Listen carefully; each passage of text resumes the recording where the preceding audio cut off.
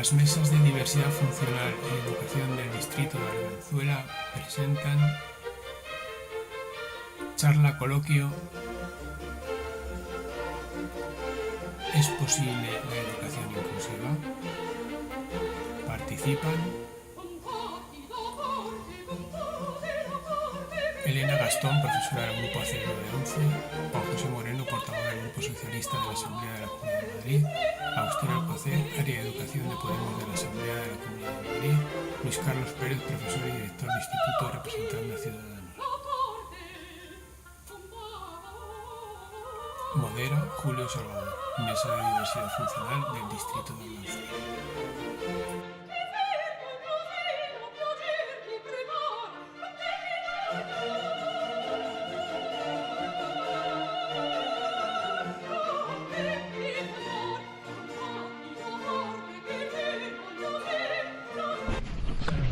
A participar en esta charla coloquio. Aquí a mi izquierda está Elena Gastón, es profesora de apoyo de 11, lleva toda la vida trabajando con alumnos ciegos en conjuntos visuales y me imagino que es la que va a poner la parte más técnica de la charla. A mi lado Juan José Moreno, portavoz del Partido Socialista de la Asamblea de la Comunidad de Madrid, y Agustín, que por cierto no me acuerdo del apellido, Agustín Alcocer, que pertenece al área de Podemos de Educación, también de la Asamblea de Madrid. Hemos invitado a todos los partidos políticos porque entendíamos que los pueblos son y así están concebidos como transversales, en las que participan todo tipo de partidos y todo tipo de ideologías. Pero parece ser que Ciudadanos y... ¿Me dejas un segundo? Perdona. Es que... Bueno, perdón un segundo. Sí. Es que estamos esperando a Tomás, que venía, que nos dejó uno que venía, que tenía algún problema. Tenemos un compañero de la agrupación, Luis Carlos, que es director, ha sido director del instituto, y si nos importa, como lo has dicho, va a estar por Ciudadanos, ¿vale? Vale. Mientras tanto, si llegas a Tomás, pues le hacemos un... De acuerdo, pues que subo así. Sí, muchas gracias. ¿Verdad? Porque es que estamos pudiendo hablar con Tomás y dice... Vale, sí, eso no digo. Gracias, Carlos.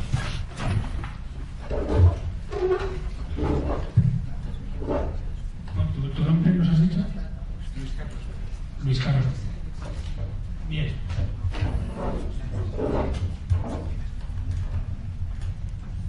Entonces lo que os decía es que, bueno, pues parece ser que Ciudadanos sí que había atendido nuestro llamamiento, que no ha dicho ni sí ni no, sino todo lo contrario, es el Partido Popular, ¿no? Bien, antes de empezar, yo me gustaría hacer una pequeña introducción y posiblemente es que a algunos os habéis hecho la pregunta de por qué este título de la charla de hoy. ¿Es posible la educación inclusiva? O sea, como una pregunta. Yo a este respecto me viene porque en su día escuché una pregunta en una charla también, o no sé, en una conferencia, o quizás leyendo algún artículo de Gerardo Cheita, que no sé si conocéis, pero es un pedagogo importante y experto en educación inclusiva en España, ¿no? Y parafraseaba a Klaas Wellem, y en el cual decía: debemos sacrificar en el altar de la inclusión a algunos alumnos con necesidades educativas especiales cuando las condiciones para la escolarización no sean las idóneas. Claro, debo decir que yo en aquel momento era un ferviente defensor de la inclusión y de alguna manera me abrió los ojos a una nueva realidad. Me impactó sobre todo la palabra sacrificar, porque estamos hablando de niños y además estamos hablando de los niños más vulnerables. También me impactó la ironía al colocar la inclusión en un altar, con lo que ello conlleva de sagrado e inalcanzable. Y por último, porque hablaba de condiciones idóneas. ¿Cuáles deberían de ser esas condiciones idóneas? ¿Estaban cumpliendo estas condiciones en las escuelas? ¿Por qué, si la respuesta no era positiva, realmente se estaba sacrificando a algunos alumnos? ¿Pero a cuántos? Debo decir que esa frase sigue martillando mis oídos y por ello hoy vamos a tratar de averiguar algunas de estas incógnitas.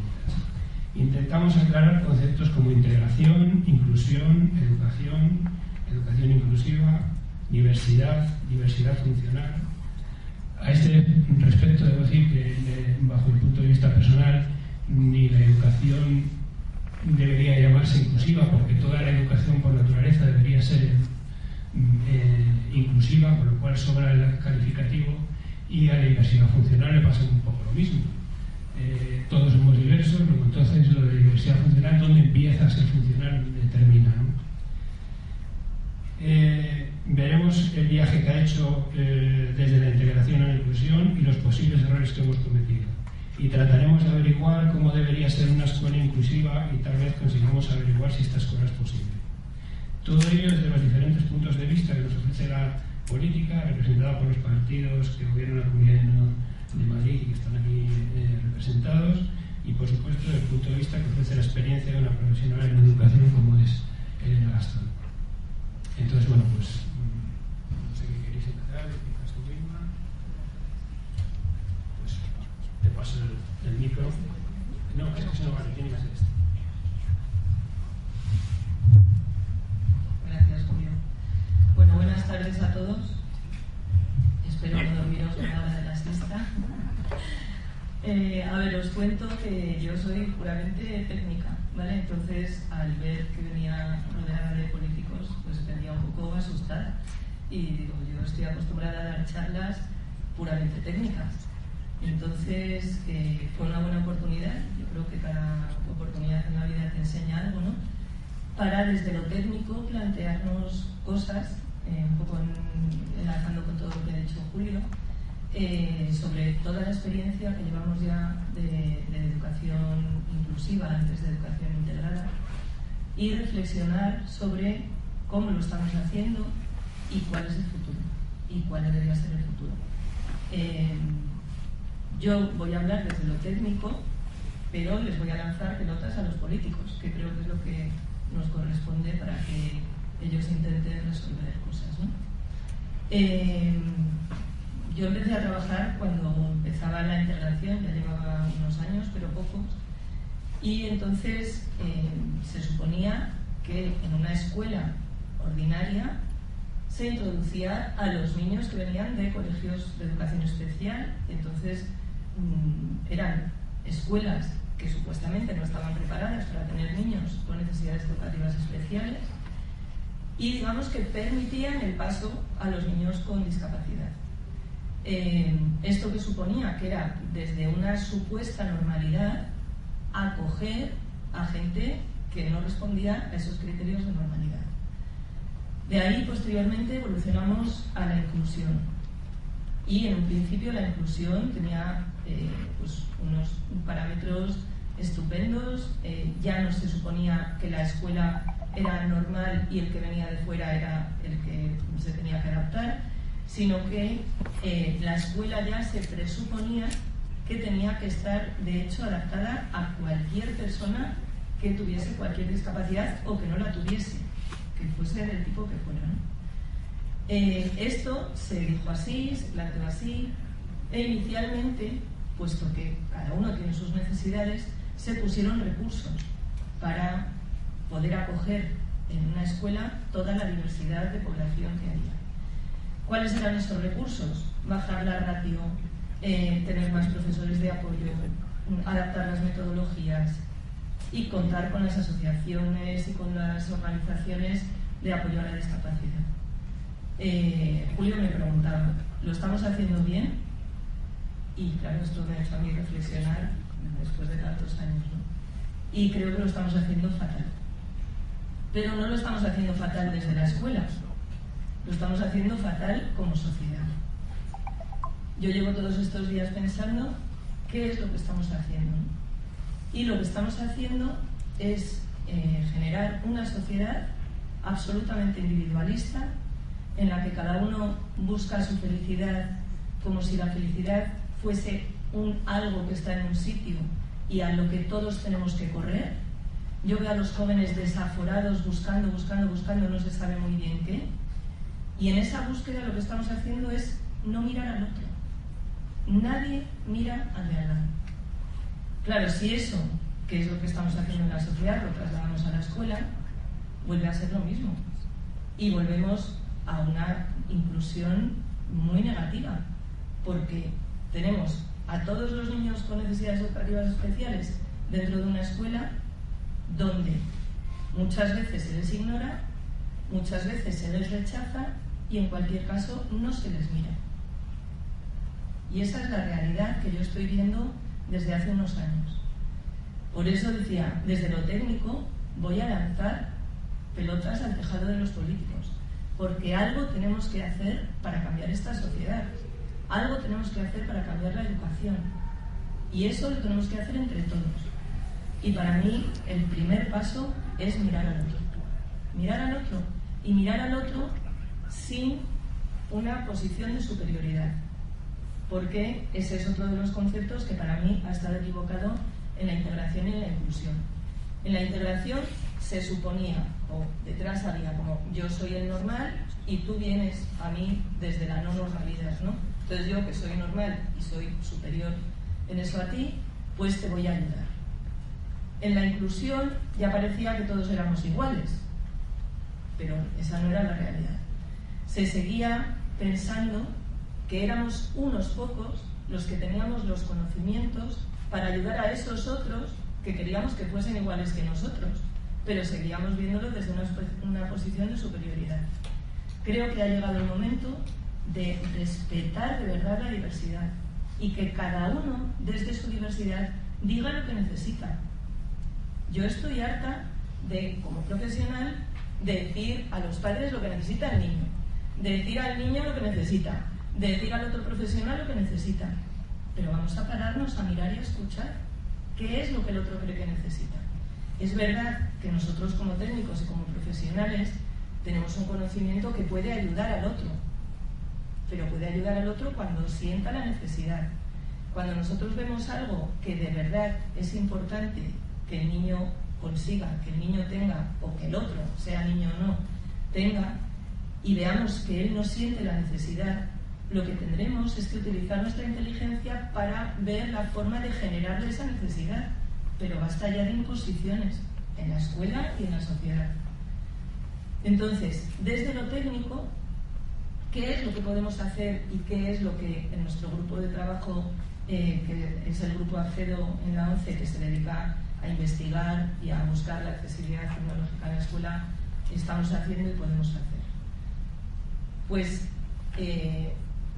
una cosa que consideramos que es vital para que realmente las personas puedan estar bien en su entorno es que el entorno sea accesible y que la educación, por tanto, sea accesible. Desde que salió la clasificación internacional de la funcionalidad y la discapacidad, se habla mucho de cuándo se considera que alguien tiene discapacidad y cuándo no, y se compara una discapacidad en distintos entornos. Y una misma discapacidad puede ser, y valga la redundancia, discapacitante en un entorno y en otro.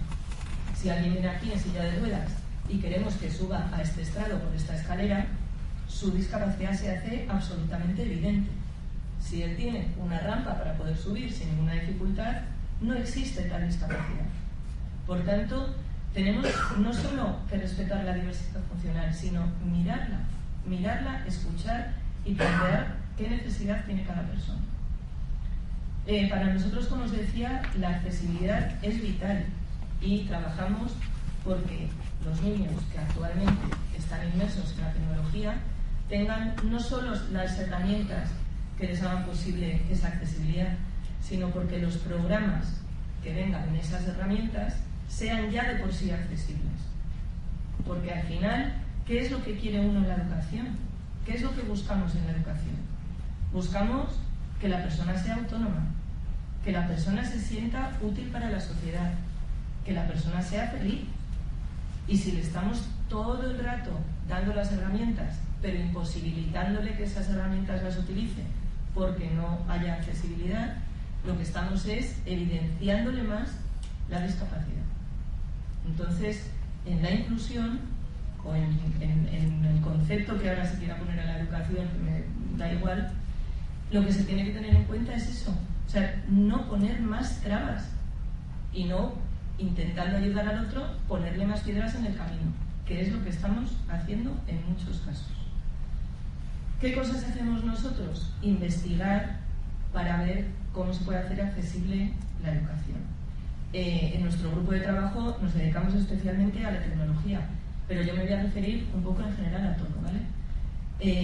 Cosas que necesitamos hacer, a tener una nueva mirada hacia el niño, hacia la discapacidad.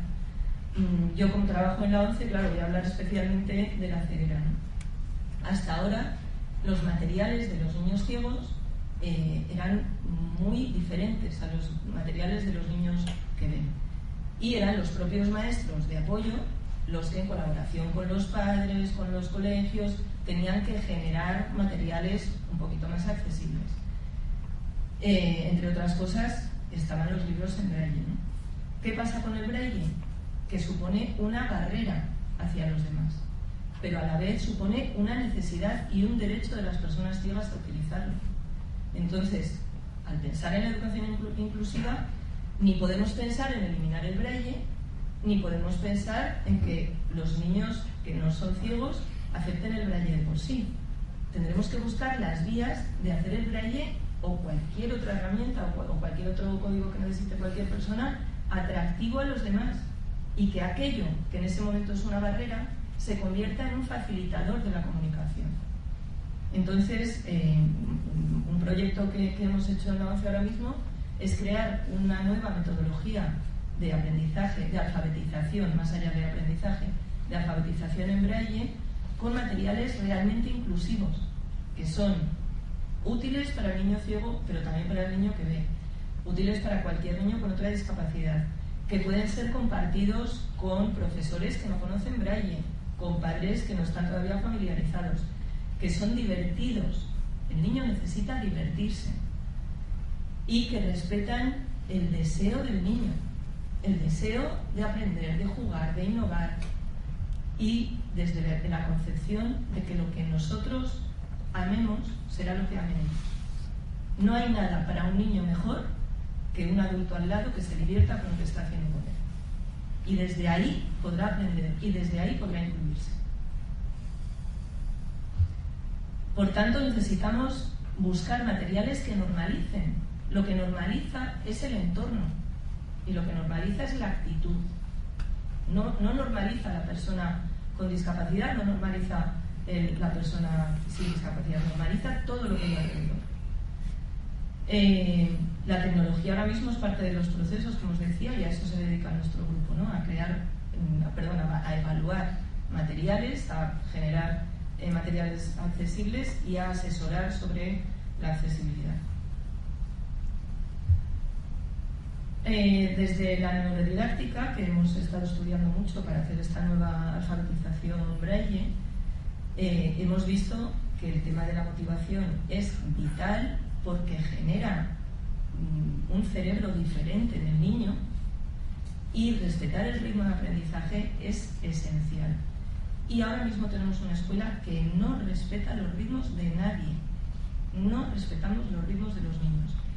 Estamos con la autoridad de los libros de texto y de las editoriales por encima de nuestras cabezas, y lo que manda aquí es el objetivo que hay que cumplir en la lección tal para el niño, como si todos fuesen iguales, ¿no? Y no respetamos el ritmo del niño. Y respetar el ritmo le ayuda a madurar, le ayuda a aprender cuando él pueda, y le ayuda a estar más feliz en la escuela.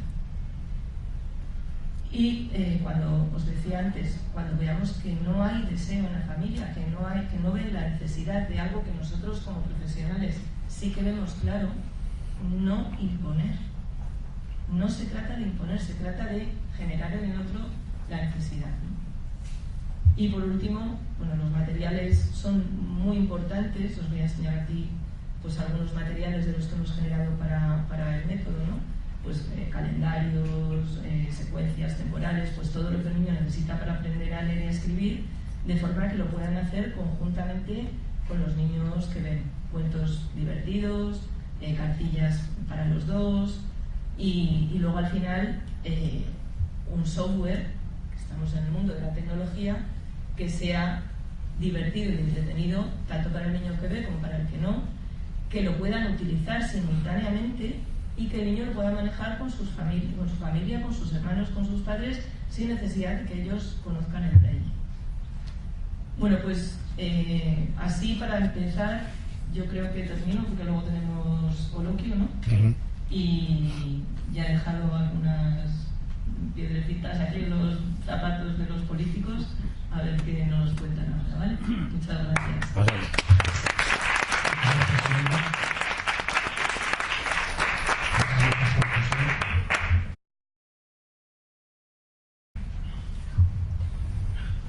Pues nada, muchas gracias por estar aquí, muchas gracias por invitarnos a pasar este rato hablando un poco de la educación inclusiva, que mira que hay muchísimos problemas de agujeros negros en la educación en Madrid. Este probablemente sea al menos el más preocupante.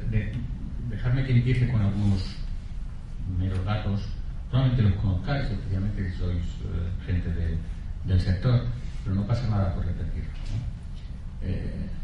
¿no? Antes de la última edición de PISA incluía un índice de inclusión social que medía el grado con el que los centros acogen estudiantes de diferentes perfiles socioeconómicos.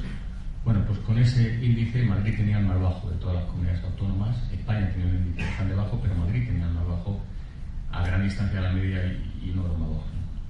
La última edición de PISA este índice ya no se incluye, pero incluye los datos con los que se calculaba. Y de hecho permite calcular otros índices. Y de hecho hace relativamente poco salió un informe de la Universidad Autónoma de Madrid, que usando esos datos, pues calculaba dos índices internacionales estandarizados y reconocidos: el índice de Goddard, que lo que mide es la uniformidad de las aulas, y el índice de herramienta. Bueno, pues los dos índices están disparados en Madrid. El titular, con razón, fue: Madrid es la región más segregadora de Europa. De hecho, era la segunda. Hungría creo que era más segregadora, y por supuesto la región más segregadora de toda España, porque los dos, insisto, estaban disparados. Yo traduzco estos índices por no dar detalles técnicos que probablemente no volvieran a todos locos. Eso significa que en Madrid 4 de cada 10 niños tendrían que cambiar de centro para que la proporción de los estudiantes en los colegios reflejara la población madrileña. Fijaros, 4 de cada 10. A esto le añadimos el hecho, ya no solo de la cantidad de dinero que se ha perdido, pero lo voy a concentrar en algunos datos.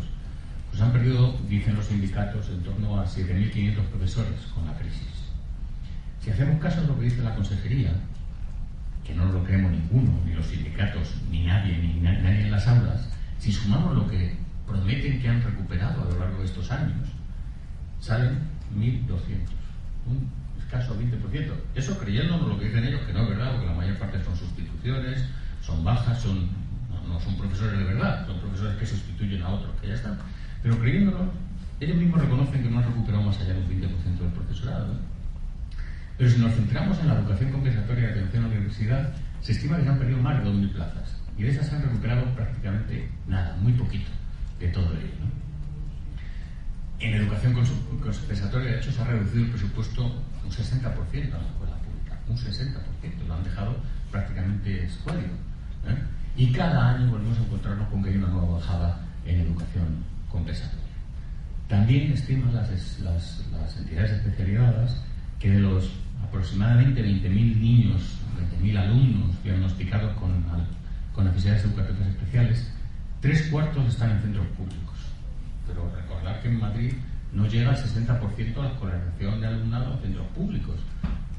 Comparar 60% de escolarización, 3/4, 75% de niños con necesidades educativas especiales. Es decir, que los chicos con necesidades educativas especiales están concentrados en la educación pública.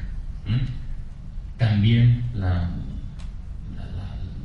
el 16% del alumnado de origen extranjero está en la pública, y la concertada solo, el 16% de su alumnado en la pública es extranjero, y en la concertada solo el 7%. De nuevo estamos viendo que se está llevando hacia la pública todas las cuestiones que entienden ellos que son problemáticas. Otros entendemos que sería riqueza, pero que ellos entienden que no son problemáticas. Y además, tampoco en todos los centros públicos. Están en los centros públicos no bilingües, porque los bilingües están bastante salvaguardados de toda esta gente que, insisto, está calificada por ellos, de gente, de alumnos muy problemáticos. Se ha hablado aquí de que todavía existen en muchísimos centros escolares de Madrid barreras físicas, que es una cosa que es increíble y que además, por cierto, desde noviembre está prohibido por la ley. Es decir, que según la ley ya no debería de existir ninguna barrera física en ninguna entidad pública y por tanto en los centros educativos. Pero sigue siendo así. Cuando este año propusimos en los presupuestos tener una partida específica para trabajar en la accesibilidad de los centros, pues desgraciadamente se nos dijo que no por parte del gobierno del PP, pero se nos dijo que no por quien apoyó los presupuestos, que fue el Grupo Parlamentario de Ciudadanos. ¿Qué ha hecho el gobierno de la Comunidad de Madrid en estos 3 años de legislatura en pro de la educación inclusiva? Bueno, uno, decirlo, que son muy inclusivos, son gratis, decirlo gratis, ¿no? Pero segundo, solo han trabajado en un decreto del que no conocemos todos los detalles, porque eso es una memoria explicativa, pero que básicamente, digamos, todo su esfuerzo se concentra en decir cada centro tiene que tener un plan de actuación para la educación inclusiva, lo cual nos parece estupendo, que los centros tengan ese plan, pero no se trata de yo arrincono a los niños en los centros y ahora hace un plan para ver qué haces con ellos, sino tener un plan global, tener un plan de esta comunidad, tener un plan que diga cómo vamos a atacar el problema de la inclusividad en esta región, ¿no? Esto ya lo decía Gracián cuando decía el saber más práctico consiste en disimular. Bueno, pues esto lo practican a la perfección. Nosotros pretendíamos que en los presupuestos hicimos una propuesta incluir un plan de inclusión y atención a la diversidad, que por cierto, que tampoco es que en esto fuéramos muy originales. Es una propuesta que nos hizo llegar Save the Children. O sea, que Save the Children nos dijo, esta comunidad necesita esto, y nosotros le dimos forma y la pusimos en marcha. Bueno, desgraciadamente tampoco se aprobó por parte de la Cámara, pues el voto en contra del PP y Ciudadanos. También hablamos de la necesidad de hacer una evaluación de todo el sistema educativo por su inclusividad, cosa que por cierto es lo que está proponiendo la UNESCO y tiene un documento magníficamente hecho sobre las directrices para hacer esa evaluación, para trabajar en todo ello. Tampoco se ha hecho nada. Afortunadamente hay alguien que se ha tomado la iniciativa y tenemos que estar plenamente agradecidos de ellos, que han sido los ayuntamientos de esta región. Los ayuntamientos de esta región, vamos a poner 6 meses, empezaron 8 o 10 meses, quizá un año, empezaron a trabajar en una iniciativa legislativa de los ayuntamientos. Es una idea completamente novedosa porque la iniciativa legislativa popular en Madrid tiene 2 partes, una dedicada a la iniciativa popular, en que cualquier asociación puede proponer un texto legislativo y tiene que alcanzar 50.000 firmas, pero en un periodo de tiempo muy corto. Y la otra posibilidad es darle la iniciativa legislativa a los ayuntamientos. Tienen que ser 3 ayuntamientos de más de 50.000 habitantes o 6 ayuntamientos de... Bueno, el caso es que los ayuntamientos se pusieron de acuerdo y 42, recordad que he hecho 3 o 6, 42 municipios decidieron acordar en sus plenos, en realidad son muchos más, pero algunos lo pasaron por el trámite formal de aprobarlo en sus plenos, que agrupan 5,5 millones de ciudadanos, 5 millones y medio de ciudadanos de esta comunidad, eso es el 85% de la población de la comunidad, decidieron hacer una iniciativa legislativa popular, os simplifico el nombre que es un poco más largo, de escolarización inclusiva.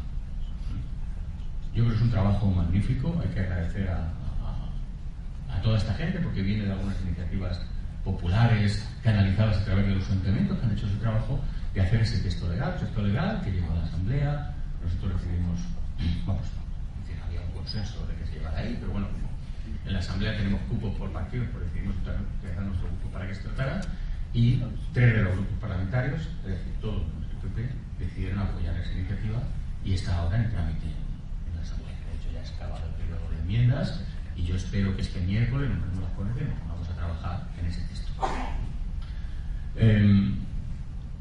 Yo creo que esto es una muy buena noticia, entre otras cosas porque podéis imaginar que la iniciativa legislativa tampoco dice cosas especialmente revolucionarias. Esa ley lo que habla es pues, de varias cosas absolutamente necesarias. Primero, que se conciba, digamos, pedagógicamente qué es la educación inclusiva. Segundo, que se dote de los medios adecuados. Ellos proponen, básicamente, lo que se propone es una tasa que mida cuántos niños con alguna dificultad de aprendizaje, con única vulnerabilidad, no voy a dar el detalle técnico que es un poco pesado, pero de todo eso hay en un centro y se trata de conseguir trabajar para equilibrar que las escolarizaciones trabajen en la uniformidad de esa tasa en todos los centros, por lo menos, al menos en el distrito, en la localidad, etcétera, tendiendo a que eso sea uniforme en Madrid, pero bueno, ya sabemos que no son iguales todas, pero puede ser así, ¿no? Y hay una parte destinada pues a recursos, cuántos profesores de apoyo debe haber, cuántos orientadores debe haber en los centros, cuál debe ser la dotación de los equipos psicopedagógicos, etcétera, que insisto, sin dar detalles, pues por una vez cuantifica cuál debe de ser esa situación. Claro, luego está el tema y esto es lo más delicado, y la ley lo adopta también, pero nosotros en nuestras enmiendas hemos querido que sea completamente claro, que es de qué modelo de escolarización inclusiva, de qué modelo de escolarización estamos hablando. La realidad hoy es que aquella familia que tiene algún hijo con algún tipo de discapacidad, menor o mayor, tiene verdaderos problemas para encontrar una plaza escolar para sus hijos. Tiene verdaderos problemas y tiene que hacer una búsqueda completamente exhaustiva de encontrar una situación que para ellos, para la familia, les resulte satisfactoria para la escolarización de su hijo. Y pues estamos hartos de ver cómo las familias tienen que recorrerse centros hasta ver dónde encuentran un aula o un centro que les dé satisfacción, que no tenga barreras dependiendo de su discapacidad, que tenga algún tipo de profesorado de apoyo, etc. ¿Y qué pasa? Pues que no lo encuentran la mayor parte de las veces, porque no lo hay, porque no está, porque está lejos de su domicilio, porque no existe, porque no responden a unas mínimas características mínimamente inclusivas. ¿Qué es lo que está pasando en Madrid? Pues se arrincona a todos los chicos, tengan el menor, no el menor, pero bueno, cuando tienen un problema un poquito más especial, a centros de educación especial. Esa es la situación que pasa en Madrid. Están completamente saturados todos esos centros porque, como ya os he dicho, se calcula que el 60% de esos estudiantes están mal escolarizados, no debían estar en esos centros de educación especial. Yo comprendo a las familias. Es el único sitio donde va a tener un cierto personal de apoyo que le va a ayudar. Comprendo que las familias quieren ese centro, pero comprendo que esto no puede ser la solución al problema de la inclusión aquí, ¿no? De hecho, nosotros lo tenemos claro y en este sentido somos completamente idealistas que por cierto refleja la ley orgánica de educación, en una parte no modificada por la ONCE, por tanto está plenamente vigente. Lo que dice claramente es que los chicos tienen que escolarizarse en centros ordinarios y que excepcionalmente se crearán centros y unidades especializados. Por tanto, todo ese afán por crear infinitas aulas específicas está fuera de contexto, debe ser completamente excepcional. Y llenar Madrid de centros de educación especial y arrinconar a aquellos chicos con los que no se sabe cómo trabajar es otra situación excepcional. Es verdad que para eso hace falta un trabajo en los centros ímprobo, porque ahora mismo es muy difícil que esto pase. Pero en realidad es así. Pero yo me niego, y estoy harto de escucharlo a mucha gente que dice, no, hombre, si es que hay muchos chicos que tienen que ir al centro de educación especial. Yo me niego a escuchar eso. Yo no digo que al final, después de 1000 esfuerzos, no tengamos que hacer algo así, pero cuando hagamos esos 1000 esfuerzos, ahora vemos esto es verdad, porque por definición yo creo que no lo es. Que todos los chicos tienen que estar integrados en un centro ordinario, con sus amigos, con su entorno, de manera que la educación, como todo, no acaba a las 5 de la tarde o a las 3 de la tarde, es un instituto, sino que continúen por la tarde cuando juegan un partido de fútbol, cuando van a ver una película o cuando van a charlar de sus cosas. Y eso debe de ser así, y desplazar a todos los chicos a centros con gente con la que luego no va a tener esos tratos no es así. Bueno, es verdad que las otras modificaciones de la ONCE sí que la dejan en la ley educativa menos inclusiva que ha habido nunca en este país, pero es así. Todo lo tristeza, y ya concluyo con 4 ideas, es que, bueno, pues en esta comunidad tenemos alumnos que en esta comunidad son excluidos de los centros bilingües, eso sí, en correcto castellano, que hay unos amigables dictámenes de algunas de las DAT que los excluyen de su entorno y de sus amigos, y todo esto en pro de su concepto de inclusión. Esto ni lo queremos ni nos parece que debe ser así, porque no podemos entender que haya centros no inclusivos y porque no admitimos diferentes principios entre ellos. Si esto es así, si este es el modelo, sinceramente creo que no se ha entendido nada de lo que es la inclusión y la equidad. Y no puede ser que tengamos una generación de niños que son rehenes del sistema, porque todos estos chicos, todas estas chicas, todo este alumnado necesita cambios ya. Un sistema que respete sus derechos educativos, sus derechos humanos, que empeoren meandros y no, como alguna vez he escuchado, se les trate como desechos humanos en vez de estimular sus derechos humanos. Y, como se ha dicho muchas veces, una escuela que se adapte al alumnado y no un alumnado que se adapte a la escuela. Esto no es más ni menos que la idea de lo que es una educación inclusiva para todos y para todas.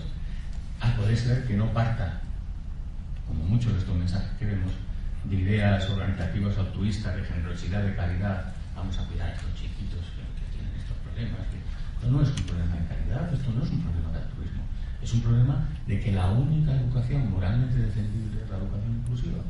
Y el día que no necesitemos adjetivos para hablar de la educación, el día que no tengamos que poner estos carteles, no hacer estos debates, pues a lo mejor ese día estamos consiguiendo hacer de verdad la educación que queremos para este país. Y si no, pues no voy a animar, no puede ser. Y eso es un poco lo que quería hablar. Muchas gracias.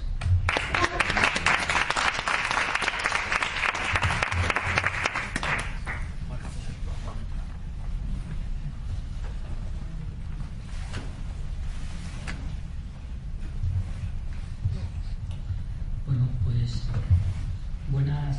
buenas tardes. Muchas gracias a la organización, en primer lugar, por el evento, por el acto, que es fundamental, y por contar con la colaboración tanto de profesionales como de representantes de los partidos políticos. En primer lugar, quiero disculpar la presencia de Beatriz Galeana, que es la diputada portavoz del área de educación y, por tanto, diputada por Podemos. Yo represento simplemente a un grupo de educación inclusiva que llevamos trabajando, un grupo de profesionales, aquí hay algunos compañeros más, Javier, Ángeles y otras compañeras y compañeros, que venimos trabajando desde hace 2 años sobre aportar ideas en el tema de la educación inclusiva.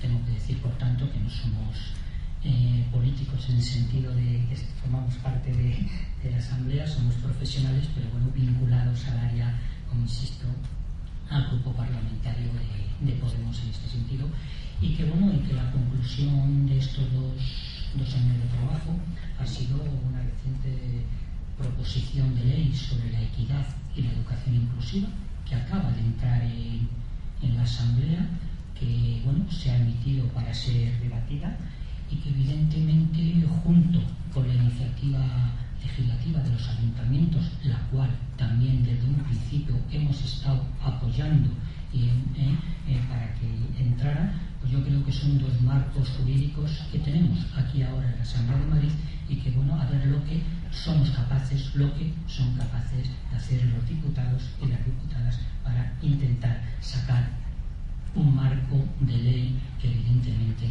asegure la educación inclusiva. Pero, antes de nada, yo creo que sería importante, por tanto, a la pregunta ¿es posible la educación inclusiva?, nos preguntaríamos ¿de qué hablamos cuando hablamos de educación inclusiva?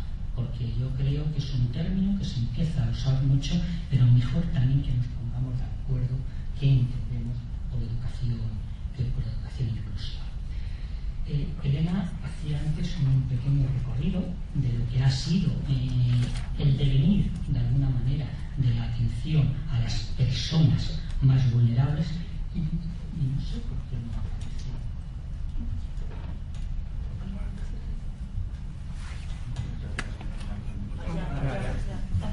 Vale.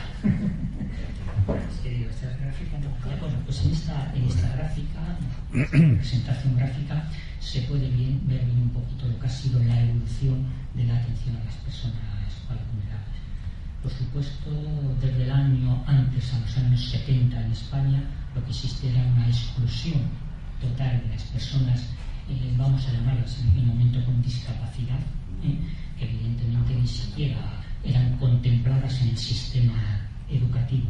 Es a raíz de la Ley de Educación del 70 cuando se empieza a reconocer, se empieza a hablar de que estas personas son educables, y se decía así, porque antes se hablaba entre personas educables y no educables, y no hace tanto tiempo. Es justo cuando aparece esa formación de centro de educación especial, que es lo que llamamos, tenéis ahí como el ejemplo de la segregación, justo a partir de los los años 70, en el año 75, cuando surge el plan de educación especial, un plan nacional de educación especial que intenta ordenar un poquito el sistema en ese sentido. Y tengo que decir que la atención a estas personas, como ha sido y como sigue siendo, ha sido siempre promovida por las familias y por las propias personas. Y eso es muy importante. No ha sido la iniciativa en ningún momento de las administraciones, ha sido siempre la demanda y la iniciativa de las propias familias, como lo es ahora cuando reclaman desde las distintas asociaciones la situación, el derecho a la educación inclusiva. Es verdad que tenemos que esperar hasta el año 1985 en España para que se empiece a considerar la integración, lo que llamábamos la integración, que en ese momento es cuando surge la ley de integración, que es diferente a la idea de educación inclusiva. Y perdonad que insiste, que recalco un poco de esta diferencia, porque nos tememos que empecemos a hablar ahora de inclusión como sinónimo de integración. Y yo creo que ya empezamos conceptualmente. La integración, como veis en el gráfico, que lo ha comentado antes Elena, también muy acertadamente, es que un grupo de alumnos se tiene que adaptar, se tiene que integrar y se genera un plan de adaptaciones para que puedan formar parte de esa comunidad escolar. Es decir, se tienen que adaptar frente a la idea de inclusión, donde plantea que la diversidad es algo inherente a todo grupo humano. Todo grupo humano somos diversos, somos diversas, y por tanto es la institución que los acoge, es la propia sociedad la que tiene que adaptarse a esa diversidad. Esta mirada es diferente. Digo que es diferente porque de ahí nos vamos a plantear unas medidas u otras. En el caso de la integración, pues podemos seguir haciendo adaptaciones curriculares, podemos seguir mandando profesores de apoyo muy necesarios, pero eso solo no es suficiente para realmente hacer posible lo que llamamos la educación inclusiva. Pero hemos dado un pasito más. Ya la educación inclusiva no solo es un principio que fue en la Declaración de Salamanca en el año 1994, cuando se habla del principio de educación inclusiva, donde se insta a los Estados miembros a que contemplen en sus legislaciones el principio de inclusión. De hecho, nuestra LOE, luego modificada por la ONCE, lo contempla. No es que la ONCE hubiera querido, es que era un mandato europeo y tenemos que decirlo. Pero hemos dado un paso y se dice, no, es que un principio no es solo necesario, y tenemos que ir, por tanto, al año 2008, cuando la Convención de los Derechos de las Personas con Discapacidad, como podéis ver ahí en su artículo 24, señala muy claramente el derecho a una educación inclusiva de todas las personas. Y cuando decimos todas, no hablamos de la mayoría, hablamos de todas y todas las personas. Y este convenio fue ratificado por España en abril del 2008. Yo creo que en la medida en que sigamos escolarizando alumnos fuera de los centros ordinarios, la medida que no estamos dando respuesta, estamos incumpliendo la ley. Y esto hay que decirlo porque es la Convención de los Derechos de las Personas con Discapacidad que obliga a todas las personas. Porque en el momento en que se convierte en derecho, ya es una obligación, mientras era un principio bien intencionado, podía o no podía hacerse. Ahora tenemos la obligación de hacerlo. Pero, ¿qué pretendía? Todos sabemos que en un momento determinado la integración escolar lo que pretendió en aquel momento, que yo creo que tenemos que recogerlo en aquel momento como positivo, fue un paso importante en aquel momento, en el año 85, cuando se plantea la integración de personas con discapacidad en los centros ordinarios. Pero después de todo este tiempo tenemos que hacer un análisis y una crítica a ese proceso. Sirvió en aquel momento, pero ahora se ha convertido en un proceso de exclusión a la sombra. Y quiero decir esto porque a veces están, pero no participan. Y esto es importante tenerlo en cuenta. Por ahí la necesidad de ir avanzando en esto que llamamos inclusión o educación inclusiva.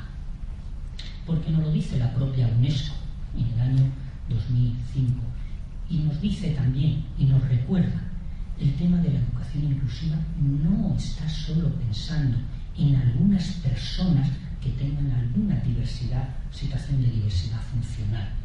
No, eso no es la educación inclusiva. Habla de todos y de todas las personas, insisto, de todos y de todas las personas, y esto muy bien nos lo recuerda la UNESCO en el año 2005. Por tanto, ¿qué significa? Pues que el reto de la educación inclusiva, porque tenemos un reto por delante, evidentemente, es intentar hacer posible que las diferencias sean un valor de enriquecimiento y no se entienda la diversidad como un problema. Y esto también es importante que lo tengamos en cuenta. Y ello supone, y todos lo sabemos, que tenemos que hacer cambios, transformaciones importantes, y tenemos que abordar las transformaciones en la cultura,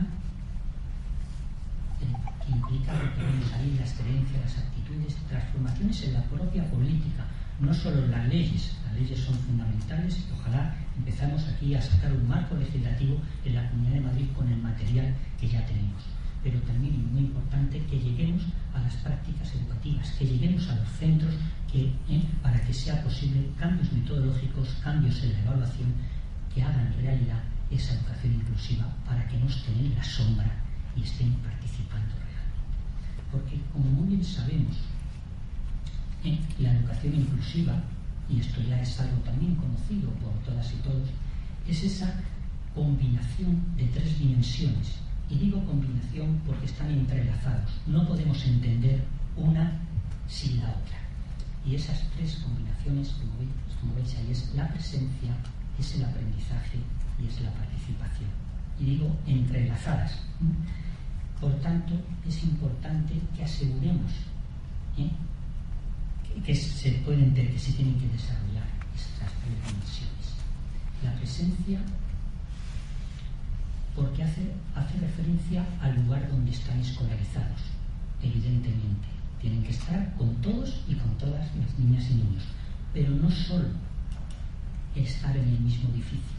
Por eso, decido con Juanjo, no tiene mucho sentido crear aulas de educación especial si no van a participar, si es simplemente una integración física. Es necesario plantearnos la forma de cómo van a estar escolarizados.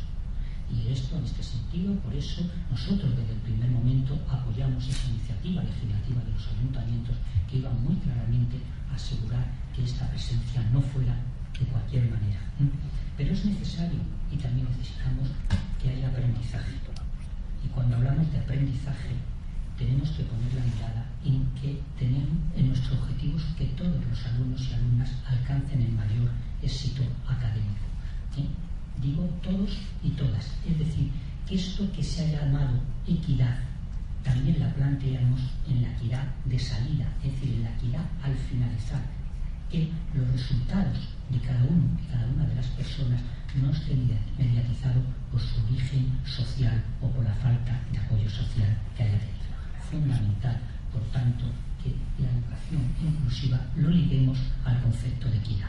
No tiene sentido, no puede haber educación inclusiva si no ponemos la mirada en la equidad. Y por supuesto, tenemos también que abordar que es necesaria la participación. ¿Qué significa la participación?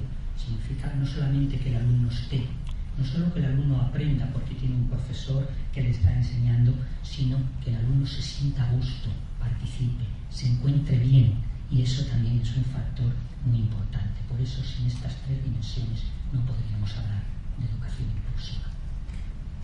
Algunas ideas que podemos tener en cuenta para asegurar esa presencia rápidamente, porque yo digo, bien, está muy bien esto, pero ¿qué podemos hacer ahora para ir asegurando, para ir trabajando? ¿Qué línea tenemos que ir trabajando? Algunas ideas que yo creo que en el debate pueden salir muchísimas más.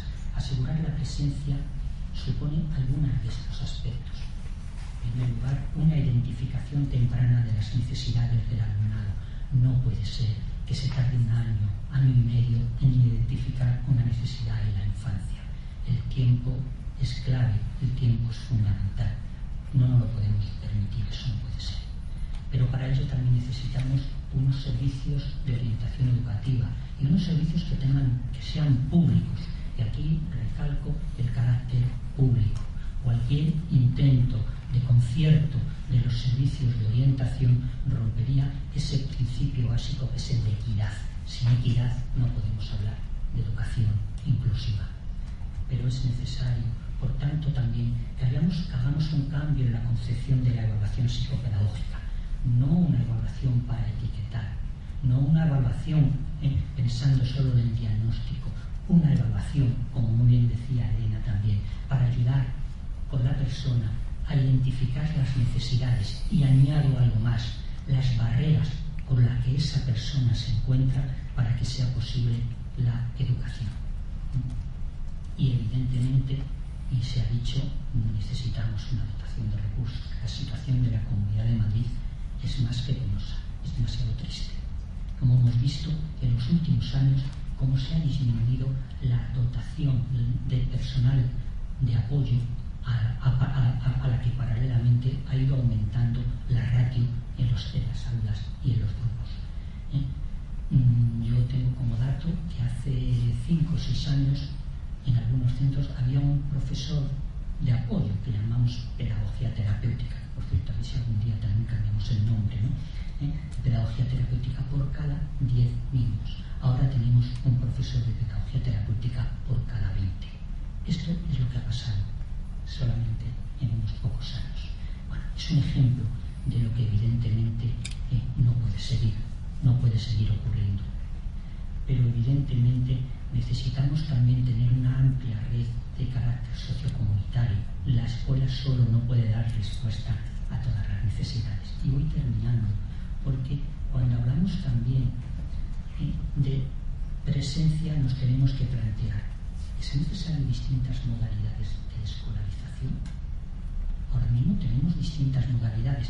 Alumno en localización ordinaria con apoyo para alumnos con necesidades educativas especiales, combinada, educación especial.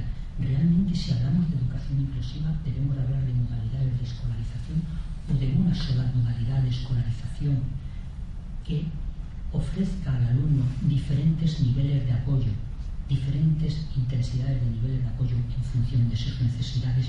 Nosotros optamos por esta segunda opción, una sola modalidad de escolarización con diferentes niveles de apoyo en función de las necesidades. Porque esto es un problema que ha pasado en la escuela, una tendencia a parcelar la escuela en colectivos. Ahora, en algunos centros hablamos y se forma parte del lenguaje común, los ANCES, los alumnos con compensación educativa, los ALMED, los alumnos con necesidades educativas especiales, y dentro de los ALMED no voy a decir cómo es el modelo de dictamen de escolarización, que hay algunos compañeros que son orientadores y nos pueden decir, parece eso un conjunto de categorías diagnósticas que hay que poner una cita a ver dónde encasillamos al alumno o a la alumna. Es decir, no podemos seguir parcelando la escuela en colectivos. Esto no es educación inclusiva y podemos seguir aumentando los círculos de los colectivos que había dentro de la escuela. Por tanto, tenemos que asegurar el aprendizaje y la participación. Y cuando hablamos de aprendizaje y participación, es que hablar de educación inclusiva supone cambios también importantes en la escuela, cambios en el currículum. No es posible un currículum cerrado como el que tenemos, tan cerrado como el que tenemos. Urge un currículum abierto y flexible. Urge un currículum que ponga la prioridad en las competencias claves.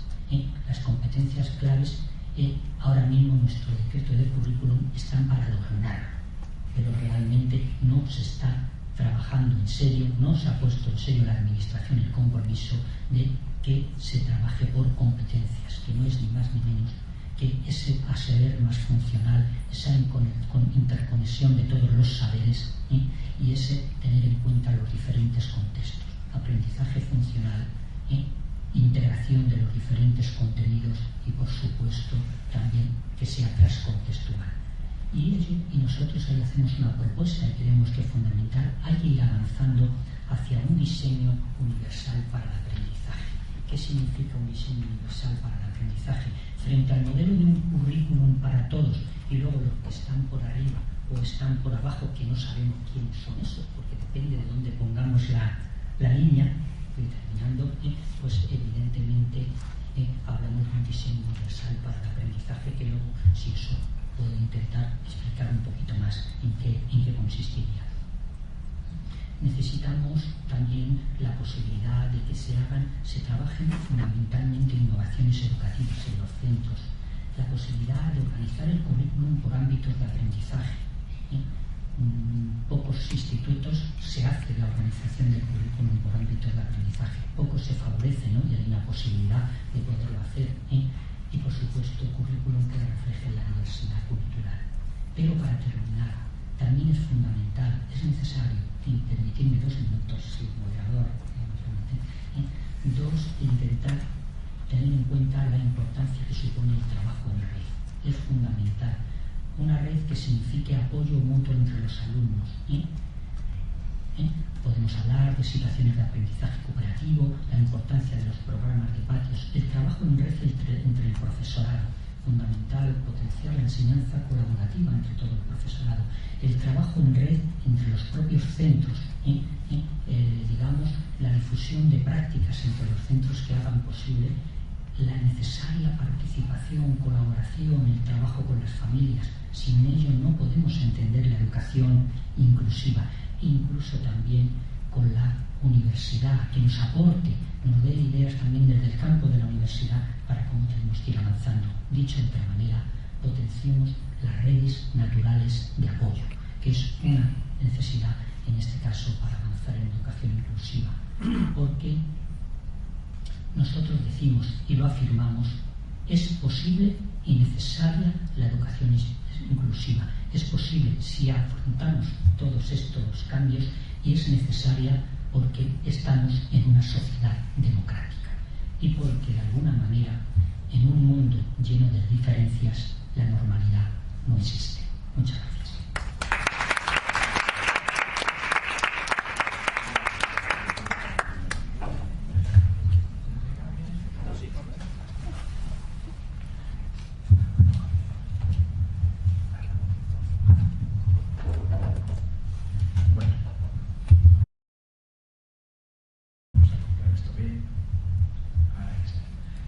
Buenas tardes a todos, buenas tardes a los miembros de la mesa, a todo el público asistente. Lo primero, quiero pedir disculpas porque al final don Tomás Marcos, que era quien estaba previsto que asistiera, no ha podido asistir. Él realmente tiene un perfil político, es senador diputado de la Asamblea de Madrid y portavoz de políticas integrales de discapacidad, diversidad funcional, igualdad, etcétera. Entonces hubiera sido estupendo que estuviera. Pero como no ha podido ser, estoy yo, pero mi perfil es un perfil mucho más técnico. Yo fui director de un centro de integración preferente de motóricos de secundaria. He dado clases a alumnos con discapacidad auditiva. También he tenido incluso un alumno tetrapléjico, con lo cual tengo una cierta experiencia y variedad. Actualmente soy profesor de Biología y Geología en el IES Isabel la Católica de Madrid. Tengo una dilatada experiencia en el mundo educativo y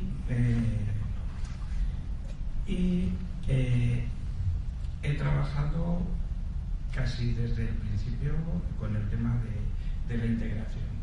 Y a diferencia de lo que ha contado la compañera, he visto un efecto positivo desde que hay integración.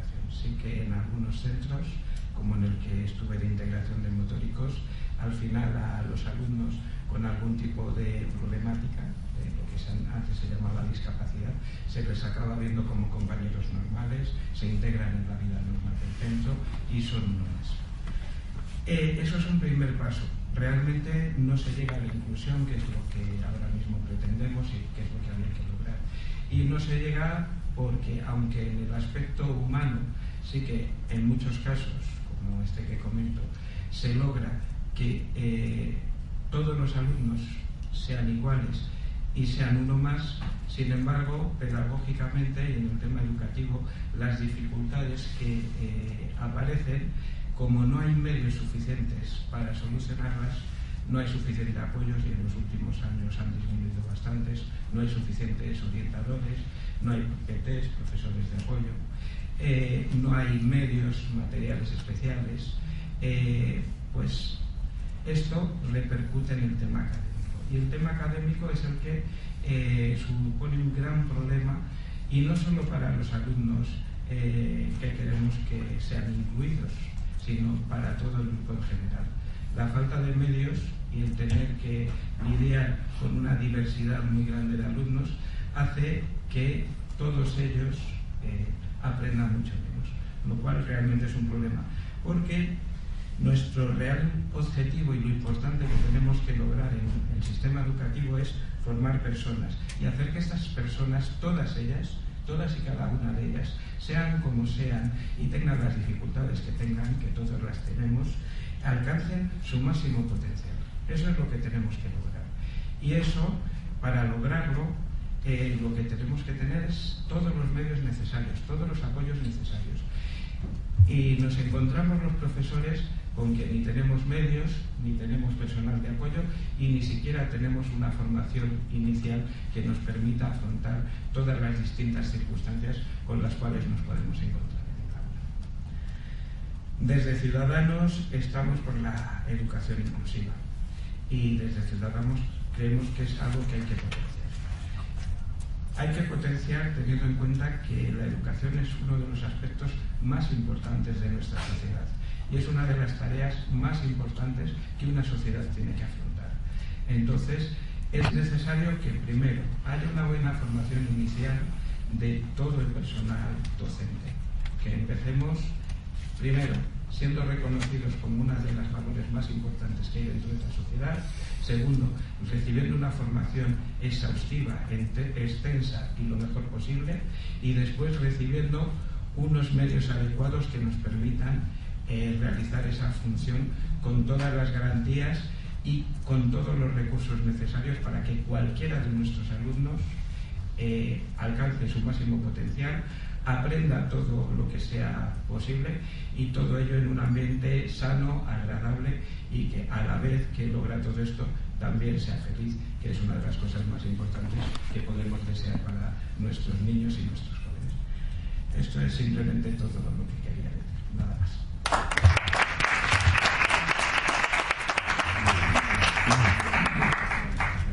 Bueno, pues muchas gracias a los cuatro. Ahora, no sé si por alusiones alguno quiere hacer alguna observación. Bueno, hay que... Si no, pasamos ya al coloquio de la gente. ¿Me pasas por favor Yo creo que se oye bien, ¿no? Sí, vale.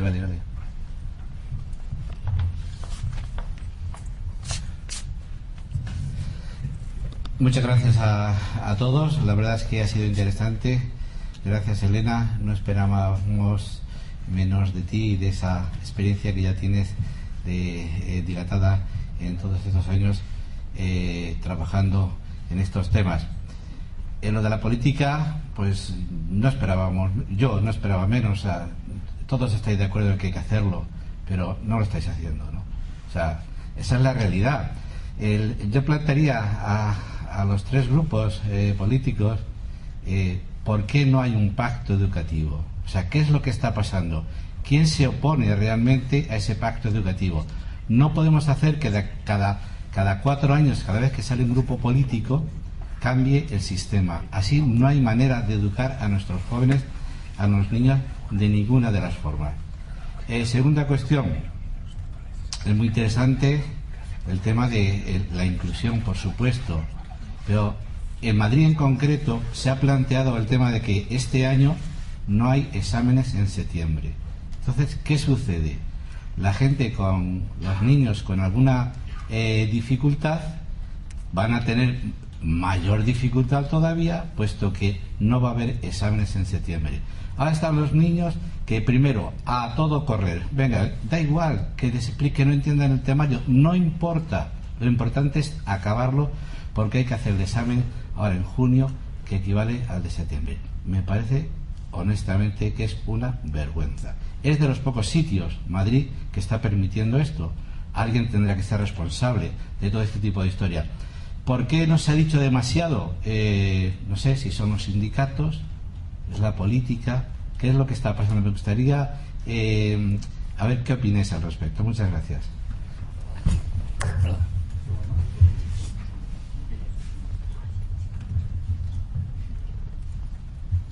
Contestamos primero a esta pregunta. Sí, para que no se líen mucho, porque si no... Responder a verdad. A ver.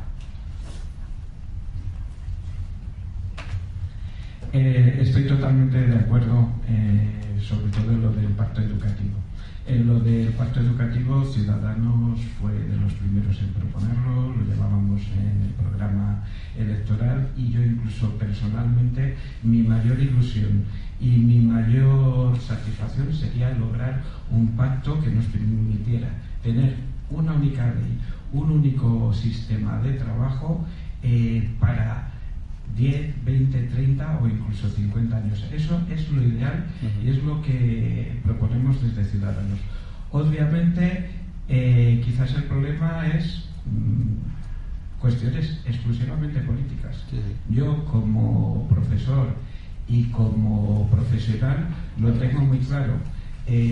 Las cosas que importan es lo que he dicho antes: lograr que los alumnos aprendan y lograr sacar de cada uno de ellos el máximo. Y eso es totalmente imposible si cada pocos años cambian los sistemas de educación, de evaluación, cambian los temarios, cambian la burocracia que hay que hacer. Eso nos impide dedicar nuestros esfuerzos a mejorar la forma en que enseñamos a nuestros alumnos. Nos hacen perder mucho esfuerzo en aprender nuevas burocracias, en profundizar cada año en unas partes de nuestros conocimientos que son distintas, porque de un año a otro nos cambian las materias o nos cambian los temarios que hay en cada asignatura, con lo cual gran parte de nuestro esfuerzo, en vez de mejorar nuestra tarea docente, es adaptarnos a los cambios. Entonces, todo eso hay que lograrlo con un pacto educativo.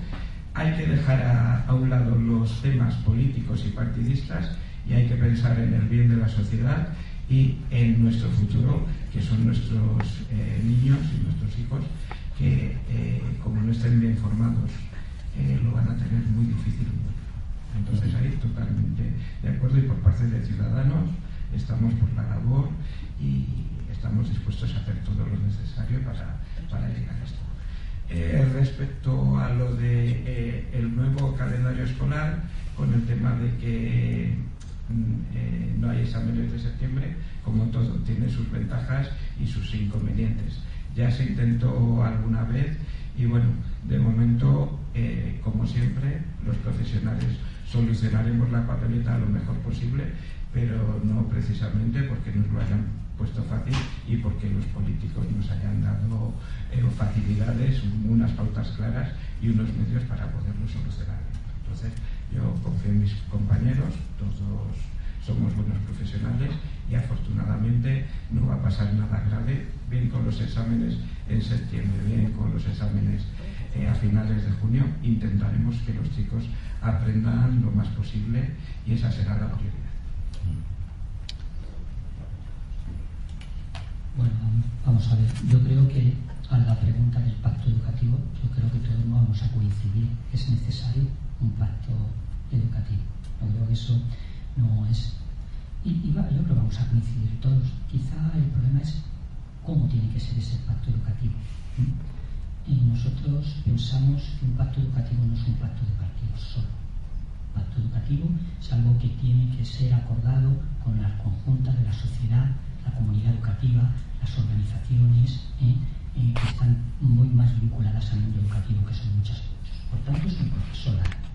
Es un proceso largo que no se trata de hacerse una foto rápida para decir, hay un pacto educativo, los partidos han puesto de acuerdo en qué. Yo creo que es un proceso de participación más largo. Ahora bien, en el tema de la educación inclusiva, que nos une, ¿quedamos esperando este proceso que es largo? ¿O podemos intentar empezar a hablar de algunos acuerdos que podamos ir haciendo? Porque hay cosas, hay medidas urgentes que tenemos que abordar ya. Y no vamos a esperar a que ese pacto, que es deseado, que todos deseamos se haga, para empezar a ir abordando algunas situaciones urgentes como algunas de las que aquí hemos planteado.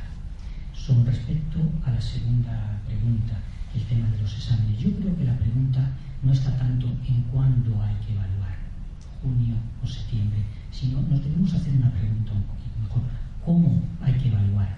¿Cuál es el papel de la evaluación? Yo comentaba antes, cada vez más tenemos que empezar a enseñar, a aprender por competencias y por tanto también a evaluar por competencias. Ese es el debate que tenemos que hacer y por tanto nosotros nos gustaría más situar en el tema de cómo hacer una evaluación diferente, más que si es mejor los exámenes de junio o los exámenes de septiembre, que por supuesto puede haber diferencias de opiniones.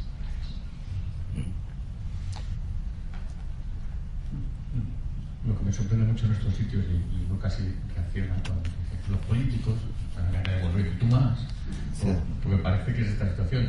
A mí me encanta el castellano, esta capacidad que tiene de diferenciar entre el ser y estar, ¿no? O sea, yo qué soy, pues si soy algo, yo soy un profesor universitario, yo soy profesor de politécnica, profesor de informática, muy vinculado al mundo educativo porque mi mujer es directora de un colegio y porque tengo toda la familia involucrada en esto, he estado en consejos escolares, he estado incluso en una cooperativa educativa, pero soy lo que soy y estoy ahora coyunturalmente de político. Vamos a intentar hacer lo mejor que podamos en todo esto, pero esta es la cuestión.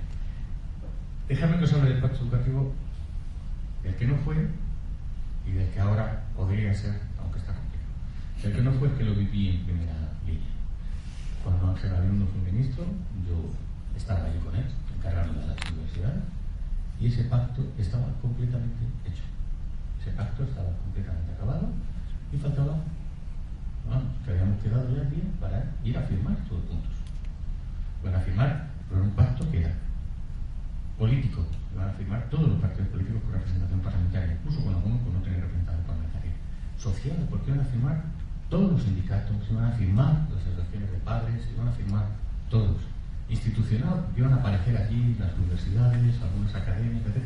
Y era territorial, porque iban a firmar las comunidades autónomas. 2 días antes de que hiciera la firma, lo debe cooperar, y cuando se firma, que tenemos unas encuestas que dicen que vamos a ganar, que vamos a poder hacer, la ley. Esto es exactamente así. Es más, yo que estaba allí, vi cómo las personas que por parte del PP habían negociado eso me pedían disculpas, casi llorando, diciendo: Juanjo, de verdad que lo sentimos, a mí esto me parece una vergüenza, estoy avergonzado de tener que hacer esto. Esto lo vi en primera línea porque yo estaba ahí. Yo estaba en la parte de universidades donde el pacto era más que claro, o sea, que estaba clarísimo, pero no es así. Fijaros ahora que queremos hacer un pacto social, político, bueno, social, bueno, institucional a lo mejor, pero territorial hoy nos va a costar un poquito. Que leemos alguna cosa de que la cosa está un poquito complicada hacer un pacto territorial. Pero en todo caso, para hacer un pacto que involucra a todos, lo que esperábamos y lo que esperábamos de esa comisión del Congreso que se puso en marcha, es que hubiera un compromiso al respecto. Y la primera vez que se sacó sobre la mesa, bueno, pero ¿de qué estamos hablando de medios para llevar a cabo todo esto? ¿De qué estamos hablando? ¿De cuándo vamos a recuperar los recortes? La contestación fue: no hay nada que hacer de todo eso. No hay aceptación de que vayamos a incrementar los fondos en educación. Lo que tenemos que hacer en este pacto es decidir con el dinero que hay que se puede hacer. Pues lo siento, con el dinero que hay que se puede hacer, nosotros no estamos a gusto y no estamos contentos de estar ahí.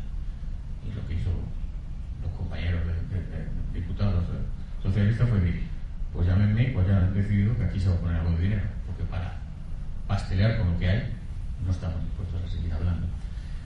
Es un pacto con muchas dificultades, sobre todo con una muy clara: es que no ha habido nadie que haya tenido el liderazgo. El que tuvo Ángel Gabilondo en su momento aquí no lo ha tenido, porque el ministro de un primer momento dijo: a mí no me contéis nada de esto, si llegáis a un acuerdo yo lo quiero, y si no, pues me da igual. Es imposible hacer todo esto sin un liderazgo que no lo ha tenido. Aún así, cualquiera que se dedique a todo esto tiene que tener todas las esperanzas del mundo en que este pacto se lleve a cabo, seguir deseándolo y seguir trabajando hasta la sociedad con todo ello, ¿no?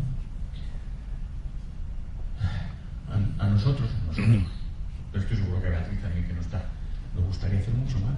Pero el problema es que lo que puedo hacer, o sea, el legislativo, recordar que esto es la división de poderes, ¿no? Está el ejecutivo, el legislativo y el judicial, pues cada uno tiene sus capacidades y el legislativo puede hacer leyes. Por eso estamos con estas dos leyes en educación inclusiva y alguna más en el ámbito educativo que tenemos en la Asamblea y que hemos tenido. Pero no podemos ir más allá. Es decir, la ejecución de esa política le corresponde al gobierno. Y lo que muchas veces no nos damos cuenta, o sí nos damos cuenta, los que trabajamos en este tema y hablamos gente de otras comunidades autónomas, que Madrid es una absoluta isla en cuanto a lo que se hace. Es que sin ser ideales ni alcanzar en el tema de educación inclusiva lo que queremos, vamos, Asturias, Extremadura, Castilla y León, que la gobierna el PP, son muchísimo más inclusivas y trabajan mucho más la inclusividad que lo que se trabaja en esta región. Totalmente de acuerdo. Es decir, que es otra la voluntad del Ejecutivo de llevar a cabo estas cosas. E insisto, no he querido hacer partidismo porque he nombrado una, Castilla y León, que está gobernada por el PP, pero que tiene otro concepto de cómo hacer las cosas. Como lo tiene Asturias, lo ha tenido siempre, como lo tiene Extremadura, como lo tiene Andalucía. Y aún así, por ejemplo, que me parece que lo hace mucho mejor Asturias que Andalucía, lo digo desde aquí. Pero esto es una de las cosas, bueno, que podemos llegar y que deberíamos intentar conseguir y que aquí no se tiene ningún interés. Es decir, aquí no se apuesta para nada por la inclusión, se apuesta por la segregación clarísimamente. Y esto es una apuesta clara de este gobierno y me temo que es muy difícil hacerles torcer el brazo si no hay problemas. Claramente, ¿no? Y luego, para el tema de los exámenes, indicar una idea muy clara. Esto es una idea personal del consejero. El consejero se ha empeñado personalmente en hacer este cambio. No le ha dado la razón en su equipo. Se lo propuso él como una idea personal. Porque lo había hecho en la universidad le había salido bien y quería hacerlo aquí. Y se ha hecho con muy poca información, con ninguna, con muy poca coordinación, con muy poca trabajo con los centros, dejándolo a los centros, que es su problema ver cómo resolvéis todo esto, cuando hay centros de su padre y su madre, y cada uno tiene sus características propias y sin ningún apoyo al respecto. Esto se ha intentado en muchas comunidades autónomas y en muchas se ha intentado con un fracaso y se ha vuelto atrás. Yo lo que no he podido entender es que si se quería hacer una prueba no se haya hecho un piloto, que me hubiera parecido más razonable, probar, a ver si esto es razonable con algún centro, y a partir de ahí, si salen bien, si descubren cuáles son las virtudes, extrapolarlo. Y que se haya vendido como una idea sin marcha atrás. Yo creo que cualquier cosa que hagamos en educación la tenemos que evaluar y si no resulta satisfactorio, echar hacia atrás. Huele muy mal, es lo que puedo decir de todo mi trato con toda la gente profesional de la educación que nos estoy diciendo. Juanjo, suena que va a ser un desastre. Vamos a verlo y evaluaremos después. Pero tiene toda la pinta, como tú haces una aportación más intrínseca a que el modelo está mal. Yo probablemente estoy de acuerdo contigo, pero probablemente se pueda matizar. Pero es que no se ha llegado a tanto. No se ha llegado a tanto. Es una mera cuestión organizativa. Hagamos esto a toda prisa ahora y salgamos como podamos. Sí, si me permitís un poco la réplica o la respuesta. A ver, perdóname los demás, pero a ver, no. Muchas gracias, pero ahí hay una cuestión, quizás es que a lo mejor también pensamos un poco mal de la situación. Cuando ha habido algún problema en años anteriores en tema educativo, todos los colegios, institutos han salido a la calle inmediatamente. En esto, que yo sepa, los profesores no se han movido. Luego, quizá aquí interesados también sean parte, no digo todos, por supuesto, como alguien indicó, que hay profesionales, afortunadamente espero que la mayoría sean auténticos profesionales del campo educativo, pero los hay también que agárrate y no te menes, ¿no? Es decir, ¿qué pasa? Los profesores, ¿cómo es que no se han movido? ¿Está por medio de los sindicatos? Esto, como tú bien has dicho, huele mal. Gracias. Pues a ver, yo para ampliar un poquito y por dar ideas para los políticos, porque ellos poniendo chinas en los zapatos. A ver, tú hablas del tema de los exámenes de septiembre. Hablemos del bilingüismo. Bueno. Los niños de hoy no saben decir clavícula en español. Es que van al médico y no saben que les duele la clavícula. Les duele el escudo, ¿vale? Hablemos de los exámenes de la Comunidad de Madrid. Los que se sienten evaluados son los profesores y someten a los niños a un estrés tan bestial para estudiarse lo que dicen que van a entrar en los exámenes, que se olvidan de todas las demás competencias, ¿vale? Y volviendo un poco al tema de la inclusión, todos seguís hablando de la inclusión, y yo me estoy sintiendo todo el rato como si fuese una niña aquí en un tribunal donde se están separando sus padres y cada uno tira para un lado. Yo, si tuviera una discapacidad en estos momentos, y aunque no la tuviese, si tuviese que volver a la escuela, yo no querría estar incluida en la escuela de hoy. No querría estar incluida en la escuela de hoy. Si vais a hacer un pacto educativo, hacer un pacto para cambiar la educación de verdad. Y vamos a pensar un poquito en la educación antigua, con las 4 reglas básicas: saber leer y escribir, y pensar, creo que sería bastante. Y estamos en un sistema educativo en el que se va a que nadie piense, ni los alumnos, ni los profesores, ni los padres. Y creo que con enseñar a la gente a pensar tendríamos más que suficientes herramientas hoy en día. Con internet tenemos más que de sobra. Conocimiento tenemos más que de sobra. No necesitamos saber tanto, necesitamos saber utilizarlo. Así que, por favor, para el pacto educativo, pensar un poquito en el fondo de la cuestión, no en dar pinceladas a lo que ya hay. Habría que hacer una revolución absoluta de la educación. Muy bien, sí. Hola, me llamo Julián García Villalobos, llevo trabajando en educación 44 años y vuelvo a lo de Tomás. Yo sé que el echar la culpa a los políticos parece que es tirarla fuera. No vale para mucho, eso es la verdad. Pero lo triste de esto es que desde el Poder Legislativo lo que se está haciendo es intentar crear nueva legislación sin haber cumplido ni evaluado la anterior. Somos quizá el país que más legislación tiene en educación. De reales decretos por ahí sueltos podemos hacer 1,5 metros de ellos. No cumplimos ninguno. Si en educación inclusiva se cumpliese el 10% de la legislación que hay, otro gallo nos cantaría a todos los niveles.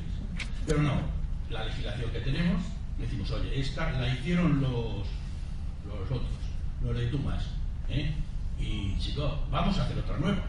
Y llegan los otros y como esa nos gusta, la amplían, la desarrollan, la sacan. Vamos a dejarnos ya de eso. ¿Por qué no cogemos la legislación que hay, la resumimos, dejamos que los profesionales trabajen y quizá a partir de ahí pues podamos sacar realmente una escuela inclusiva?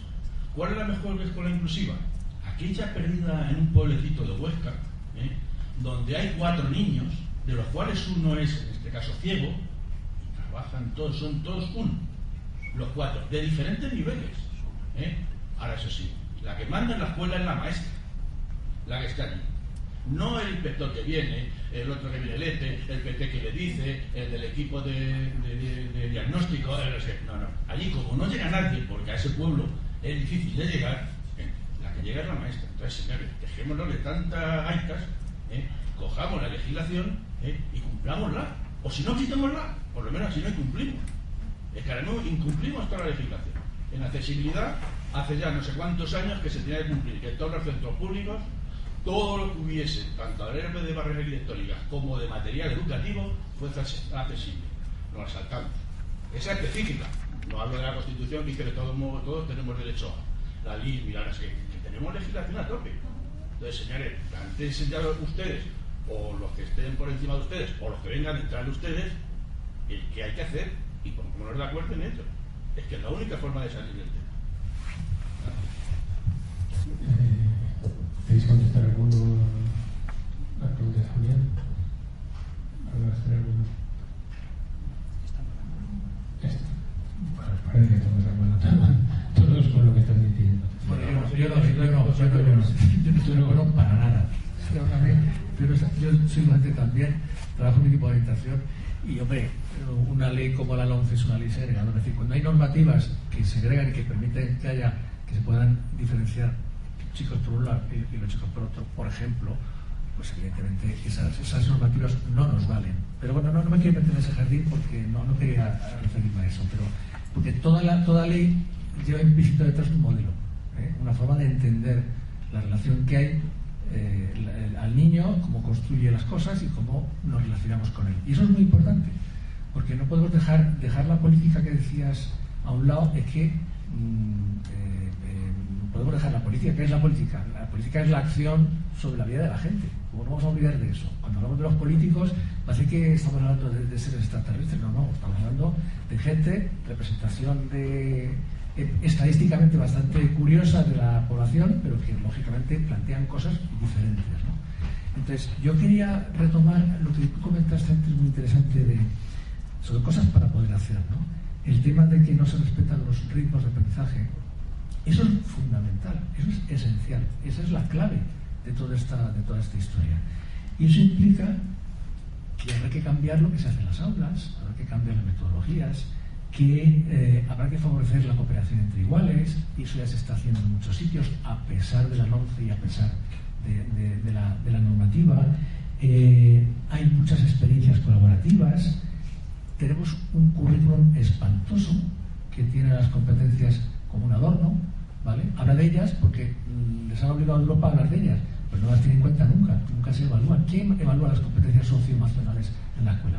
Se evalúa lo académico, lo más academicista, ¿no? Entonces, hablar de pacto a lo mejor no es posible entre otras cosas porque evidentemente los que gobiernan no lo han querido, pero a lo mejor hablar de acuerdos en materia de educación inclusiva sí es posible, en relación con cosas un poco más concretas. Yo quería dos cosas. Quería plantear al presidente de Ciudadanos, lamento que no haya estado Tomás Marco, que está muy metido en los temas de inclusión, porque no me queda muy claro cuál es la perspectiva que tiene Ciudadanos sobre la inclusión. ¿Qué entiende Ciudadanos por educación inclusiva?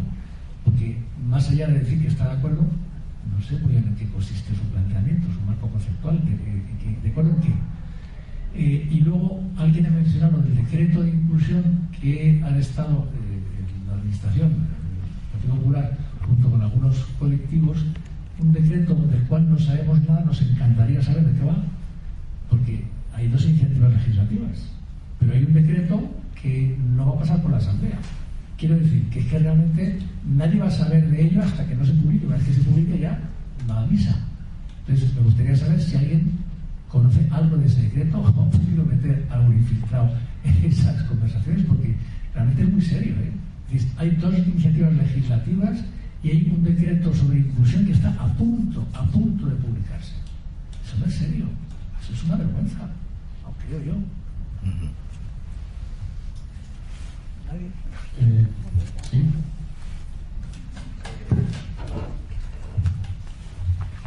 Bueno, ya os he dicho que mi perfil es técnico, las preguntas te las podría haber respondido mucho mejor mi compañero Tomás Marcos, pero bueno, Agustín ha explicado muy claramente y muy bien lo que es el modelo inclusivo, y yo personalmente estoy totalmente de acuerdo. Entonces, pues bueno, creemos que hay que ir en esa línea. Es además lo que está establecido a nivel europeo, que nosotros, si algo en lo que también estamos de acuerdo es en la construcción y en la mejora de Europa, y en lograr unos mínimos comunes para todos los europeos. Entonces, pues bueno, él lo ha explicado muy bien. Nosotros queremos que todos los alumnos alcancen su máximo potencial y lleguen a lo máximo que pueden, para lo cual es necesario unos medios, una inversión y una formación, que es lo que Ciudadanos está proponiendo, y que obviamente es totalmente necesario llegar a un pacto que ya permita de unos mínimos trabajar y ya dejar el tema de la educación en manos de los profesionales, que son los que al final tienen que sacar las castañas del fuego y somos los que tenemos que solucionar los problemas, estar en la clase con nuestros alumnos y lograr que aprendan lo máximo posible.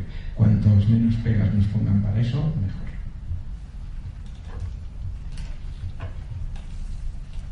Bueno, ¿alguna pregunta más?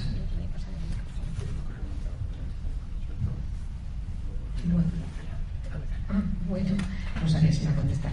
Encantada de estar aquí también. Yo, viendo cómo está la Comunidad de Madrid, es una comunidad, muy bien se ha dicho, tan excluyente y tan segregadora, en donde tenemos no un solo modelo de educación, pues lo que podemos proponer, no es un solo modelo educativo, sino que tenemos tantos centros, todos excluyentes, tenemos centros concertados, centros públicos, centros de excelencia, centros bilingües, centros no bilingües. O sea, hay todo esto, ¿cómo vamos a llegar realmente a que, bueno, pues por lo menos, y como bien se plantea, por lo menos que el alumnado esté igualmente repartido en todos los centros, ¿no? A mí se me plantea con este modelo tan de la comunidad de bilingüismo, y que, bueno, pues quería saber un poco cuál es la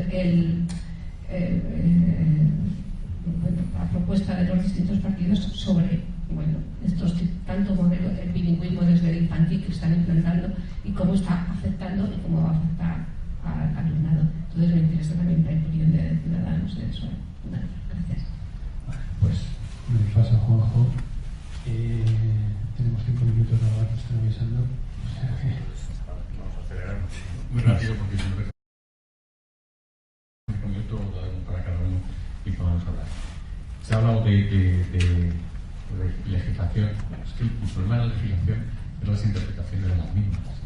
Tenemos una ley que dice que la ratio ya tiene que ser la que dice la ley y que tienen que ser 25 en primaria, 30 en secundaria, 35 en bachillerato, y se están incumpliendo. Lo que dice la consejería es, no, lo que me obliga la ley es solo en el curso de entrada. Es en primero infantil, en primero de primaria, y luego, claro, a la mínima, pues esta ratio se dispara. Y esa es su interpretación de la ley. Nuestro modo es completamente incorrecto, de la única manera de torcer el brazo que va a cumplir el tribunal. Es la única que tendría. Ya no te digo la interpretación de la Constitución, donde todos interpretamos que la libertad de educación significa la libertad de oferta, ellos entienden la libertad de elección de centros. No lo entiende nadie, yo creo que es imposible de la Constitución leer eso. Bueno, pues hay gente que lo lee y que le parece clarísimo que lo lee. Entonces, claro, los incumplimientos, que son flagrantes en algunos casos, pues vienen de interpretaciones muy interesantes de todo eso. Madrid es especialmente clara en eso, no tiene legislación, es decir, no tiene una ley de educación, pero tiene una ley de comedores escolares, no tiene una ley de universidades, ahora pueden tenerla, pero tiene una ley de los consejos sociales. Es una cosa caótica. O sea, para enterarse de que afecta algo hay que leer 250 órdenes, resoluciones y demás, que ahí es imposible. 2 o 3 normas bien hechas que permitieran a todo el mundo encontrar lo que pasa ahí sería suficiente. Y probablemente ni siquiera haría falta el nivel de detalle de las que estamos tratando. Y el nivel de detalle viene porque no nos fiamos de lo que va a hacer el gobierno, no creo que sea. Bilingüismo, pues es un problema muy serio de esta comunidad, porque es un programa que nunca ha estado diseñado con ninguna base pedagógica, ninguna base formal. Es un programa que nunca se ha evaluado, nunca ni lo más mínimo se ha evaluado. Es más, cuando la gente ha hecho intentos de evaluarlo, es sospechoso lo que sale es que es segregador, que ni siquiera el nivel de inglés que alcanzan los alumnos es especialmente satisfactorio, que probablemente para las ciencias es perjudicial, y aquí no se ha hecho nada de eso. O sea, es imprescindible. Otra cosa distinta es que cualquiera, y creo que esto lo vamos a decir cualquiera, pero que nosotros digamos que tenemos que tener un modelo educativo donde se alcance un buen manejo de los idiomas, que es imprescindible para la vida actual. Una cosa es eso, y otra cosa es esta cosa extraña del bilingüismo. Esto hay que replanteárselo completamente.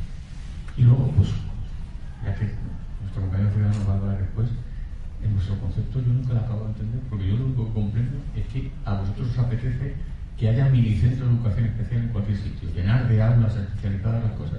Y esto no lo acabamos de entender, porque para nosotros esas aulas especializadas de entrada no deberían ni considerarse, y cuando no fueran más absolutamente imprescindible llevarlas a cabo. Pero llenar esto, hacer de que en vez de tener unos 4 centros de educación especial, lo que tengamos son mini núcleos de educación especial en los centros, esto no lo acabamos de comprender, porque entendemos que esa no es la idea de inclusión que requiere una sociedad como la nacional, la moderna o la madrileña. A nosotros sí que nos parece que, lo he dicho antes, la única educación posible es la inclusiva, por tanto, todos deben de nacer del diseño de la inclusión, de la equidad. Como le gusta decir a Ángel Gavilán, y le robo esta palabra muchísimas veces, su concepto de calidad es equidad más excelencia. Y no se entiende una sin la otra. Si no hay equidad, no puede haber calidad. Si no hay excelencia, no puede haber calidad. Y seguro que estaba medio hablando, pero tenemos que hacer. Sí. Muy rápidamente, con el tema de la legislación, yo creo que se ha dicho, es que el problema que tenemos en la Comunidad de Madrid, yo diría que es un popurrí de leyes, ¿sí? que lo único que hace es ir legislando en función de no sé qué historias y se legisla un poco, digamos, por así decirlo, por parcelas, segregando. Una cosa para no sé qué, ahora para acá. Vaya como ejemplo simplemente, mira, para el tema de la evaluación psicopedagógica hay 4 normas. 4 normas que ninguna aporta nada nuevo y ninguna sitúa la educación inclusiva como eje fundamental. Es decir, el problema no es de legislación, el problema es de ponernos de acuerdo en qué entendemos por educación inclusiva. Y yo creo que aquí, que en el título nos apuntamos todos, pero hay que empezar a desgranar qué significa eso de educación inclusiva. Y yo creo que las preguntas están ahí. ¿Una única modalidad de escolarización? ¿Sí o no? ¿Qué pasa con los centros de educación especial? Esas son las preguntas concretas que entramos en el terreno. ¿Cómo abordamos el tema de la metodología en los centros para que sea una verdadera educación inclusiva? Entremos en esas cuestiones concretas, porque lo otro pues puede quedar muy bien como titular, pero nada más. El gobierno del PP yo creo que no entiende la educación inclusiva. No entiende, y yo creo que aquí es hora que también el resto de nosotros lo clarifiquemos. Sobre el tema del bilingüismo. Es que el problema es que hay muchísimas barreras para la educación inclusiva y una de ellas es el tema del bilingüismo. No se puede estar en este modelo que llaman bilingüismo, que no es bilingüismo, perdonad, no se puede confundir lo que se llama una enseñanza bilingüe con la enseñanza de materias en una segunda lengua. Información. Es el único país del entorno europeo que tiene esto de enseñar materias en una segunda lengua. No lo hace nadie. No lo hace nadie. Cuando además la enseñanza de una segunda lengua en la mayoría de los países europeos se inicia a los 8 años. Aquí es que parece que tenemos algo que yo no sé qué nos mueve, que es el cuanto antes y el cuanto más parece que es mejor. Ni el cuanto antes ni el cuanto más es mejor. Por tanto, yo entiendo que aquí lo que pasa con el bilingüismo es una gran barrera a la inclusión, a la educación de todas y todos los niños. Y dejo la palabra a... Bien, el tema del bilingüismo, desde Ciudadanos estamos de acuerdo en que haya una enseñanza bilingüe, pero bien hecha. El modelo que se ha estado desarrollando en la Comunidad de Madrid tiene graves carencias y se ha implantado de una forma poco inteligente y poco eficaz. El hecho de tener alguna asignatura dada como lengua vehicular en inglés o en algún otro idioma es muy necesario para poder aprender bien un idioma. Intentarlo imponer como se ha puesto, desmontando todo el sistema que se tenía, jugando con el profesorado y sí, también intentando hacerlo de una forma low cost, lo más barato posible, como en todas las actuaciones que ha tenido el PP, obviamente es algo que no puede salir bien ni saldrá bien nunca. Sí que es necesaria una educación bilingüe, incluso estaría muy bien, puesto que estamos en un país que el español no es la única lengua, sino que tenemos otras lenguas nacionales, que cualquier alumno de cualquier comunidad autónoma tuviera la posibilidad de estudiar alguna de nuestras otras lenguas, como el catalán, el euskera o el gallego.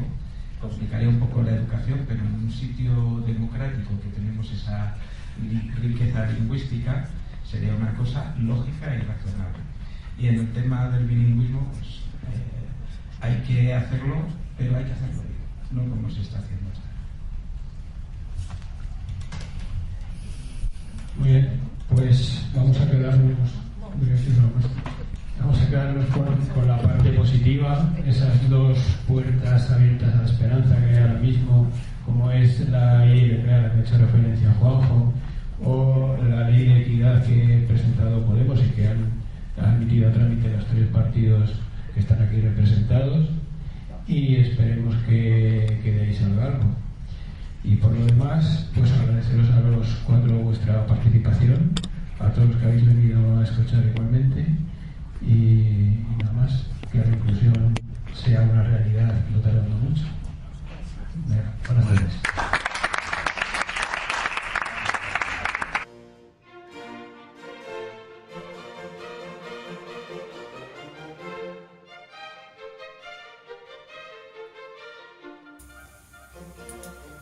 ofrecido por la Mesa de Diversidad Funcional del Distrito de Arganzuela. Coordinador Bernabé Martínez Sánchez.